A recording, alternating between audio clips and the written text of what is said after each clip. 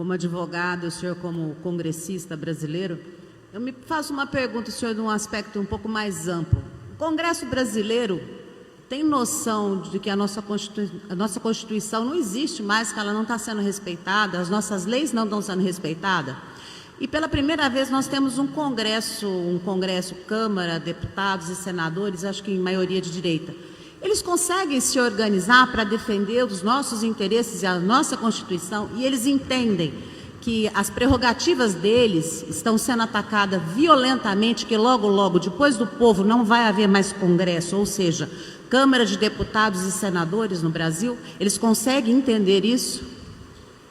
Excelente pergunta. Então, vamos lá. A sua pergunta, na verdade, você fez duas perguntas. A primeira é, nós temos a maioria de direita e se essa direita consegue se organizar. E não, nós não temos a maioria de direita. Direita no Congresso hoje deve ser algo em torno de 30 a 35 deputados. Centro-direita, a gente talvez consiga chegar a 100, cento e pouco. Esquerda, algo em torno de 60 a 100 deputados. Percebam que as votações sempre são assim, uma semana a gente ganha, outra semana a gente perde. Uma semana a gente ganha, outra semana a gente perde. Porque o fator de equalização é o centro. Então você sempre vai ver que ganha por 280, 300 votos, perde por 280, 300 votos. Porque essa base sólida fica na direita e essa base sólida fica na esquerda. O que se movimenta é o centro. Então aqui, ó, ficou legal aqui, porque a direita é um pouco maior que a esquerda, é um pouco maior que a direita, em essência. A direita está aqui, é a maior da história, mas não somos maioria. E aí, quando o centro vem para cá, 300 votos a gente perde. Quando o centro vem para cá, 300 votos a gente ganha. Por exemplo, o calabouço fiscal. O calabouço fiscal, ele teve em torno de 300 votos. O marco temporal, ele teve em torno de 300 votos. Então, isso mostra que o Dilma, como eu gosto carinhosamente de chamar o Janjo, ele não é dono do Congresso, pelo menos da Câmara não. E aí há esse movimento pendular, tá? Então não somos maioria, então não tem como organizar isso com maioria. Essa é a sua primeira pergunta. A segunda pergunta, os parlamentares conseguem entender que a Constituição no Brasil foi ultrajada? E aí eu vou acrescentar um ingrediente que a senhora advogada vai entender, e os outros eu espero que sim. O judiciário está hipertrofiado. A grande maioria entende, uma boa parte compreende, e alguns conseguem vislumbrar a essência desse problema. E quando eu digo alguns, são poucos. Recentemente eu fiz um discurso e de cada 10 discursos que eu faço, 9 são sobre direitos e garantias fundamentais de primeira geração, que são os que asseguram a liberdade, e eu trato sempre do devido processo legal, e falei sobre o vilipêndio das prerrogativas do Congresso. Eu fui aplaudido por 3 deputados do PT, que quando eu desci falaram, algo precisa ser feito. Então hoje, tanto a esquerda quanto a direita e quanto o centro entendem que algo precisa ser feito. Porque o incêndio hoje está vindo sobre nossas casas porque o vento vem a sudeste. Em determinado momento, quando o vento for a noroeste, vai queimá-los também. E eles têm essa compreensão. No entanto, o que me consola é que nenhum poder, por mais absurdo que seja, dura para sempre. As piores ditaduras sucumbiram e o poder absoluto sucumbe absolutamente.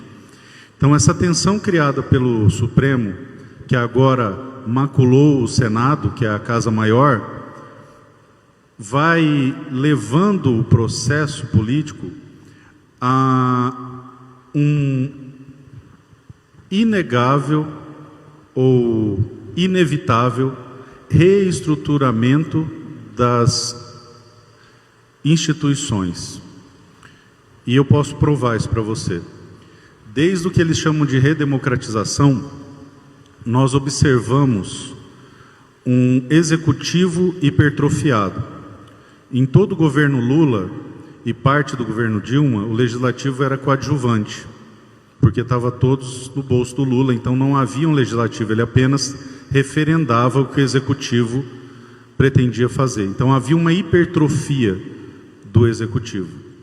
No final da década de 90, nós começamos a aderir a teorias, em especial teorias alemãs, de desconstrução do positivismo e a adoção de usos, costumes e princípios no lugar do texto da lei, desencadeando o que nós conhecemos hoje por ativismo judicial. Então, elementos como a mutação constitucional, que diz que o texto que fala que esse piso aqui é preto, ele pode ser desconstruído e a interpretação a ser dada é que ele é branco, chegando ao ponto do princípio da legalidade, que é o princípio maior de limitação do Estado, que impede que um crime seja inventado, tenha sido jogado por terra, uma vez que não existe crime sem lei anterior que o defina, nem pena sem prévia combinação legal, e esse é o princípio básico civilizacional de qualquer Estado, e ele não existe no Brasil, uma vez que o judiciário inventa crimes e penas, tá? Isso é gravíssimo. Fez com que a utilização desses princípios começasse na década de 90. Eu entrei na faculdade de Direito no final da década de 90, eu vi isso acontecer. Lênio Streck, que é um jurista excepcional, de extrema esquerda, mas excepcional, escreveu um texto chamado Teoria da Cachanga, onde ele pega uma piada em que pessoas se reúnem numa mesa jogando cartas e de repente o pessoal abaixa a carta sem lógica nenhuma e fala cachanga e leva, cachanga e leva. E aí ele, vendo que não há lógica nenhuma, tentando entender o jogo, faz a mesma coisa, cachanga. E aí o seu oponente derruba as cartas sobre a mesa e diz, cachanga real. É esse o judiciário brasileiro. Isso não aconteceu da noite para o dia, começa na década de 90, se acentua na reforma do Código de Processo Civil, que traz para o Brasil a common law tupiniquim, de uma maneira absurda, e aí começa a admitir, à luz do sol, a viabilidade do judiciário legislar. Pautado no exemplo dos Estados Unidos, onde lá o juiz tem legitimidade, porque ele foi eleito. Aqui o juiz não é eleito. E voltando à questão da legitimidade do parlamento, lá se encontram 100% dos votos válidos. O Lula não tem 100% dos votos válidos. Nós temos mais legitimidade. Então perceba, esta hipertrofia do executivo resultou em várias operações, como a ação penal do mensalão lá de trás, ou do petrolão, eu sempre confundo qual ão que foi, mas enfim, nos roubaram, e acabou desaguando na Lava Jato e medidas congêneres, e a hipertrofia do judiciário. Então perceba que foi um movimento construído pela hipertrofia do executivo, que corrompeu o legislativo. E aí nós observamos no governo Bolsonaro um executivo outsider. E aí nós vimos a atrofia do executivo e a aproximação do Brasil a um sistema parlamentarista, uma vez que a Constituição de 88 é uma Constituição parlamentarista.